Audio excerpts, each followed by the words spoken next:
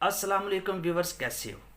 आज केमिस्ट्री के हवाले से हम एक बात करने जा रहे हैं कि सल्फ्यूरिक एसिड, जिसको तेज़ाब गंधक भी कहते हैं, और उसके बाद इसको केमिकल का बादशाह भी कहा जाता है सल्फ्यूरिक एसिड को।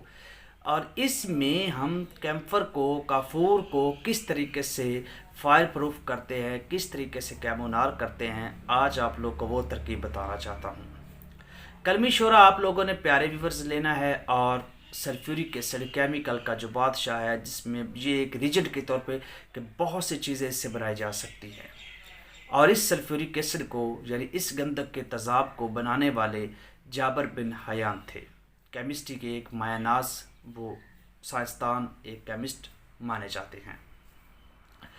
तो सल्फ्यूरिक एसिड आप लोगों ने एक पाव सल्फ्यूरिक एसिड यानी 250 ml 250 ml किसी फ्लास्क में, किसी जार में, वो सिल्वर का हो, स्टील का हो, शीशे का हो, आतिशी शीशी हो, जैसा आपको पॉसिबल है उसमें आप 250 ml, यानी आप सादा लफ्ज़ में बात करें तो आप कभी एक पाव आप ले लें तेज़ाब गंधक यानी सल्फ्यूरिक एसिड।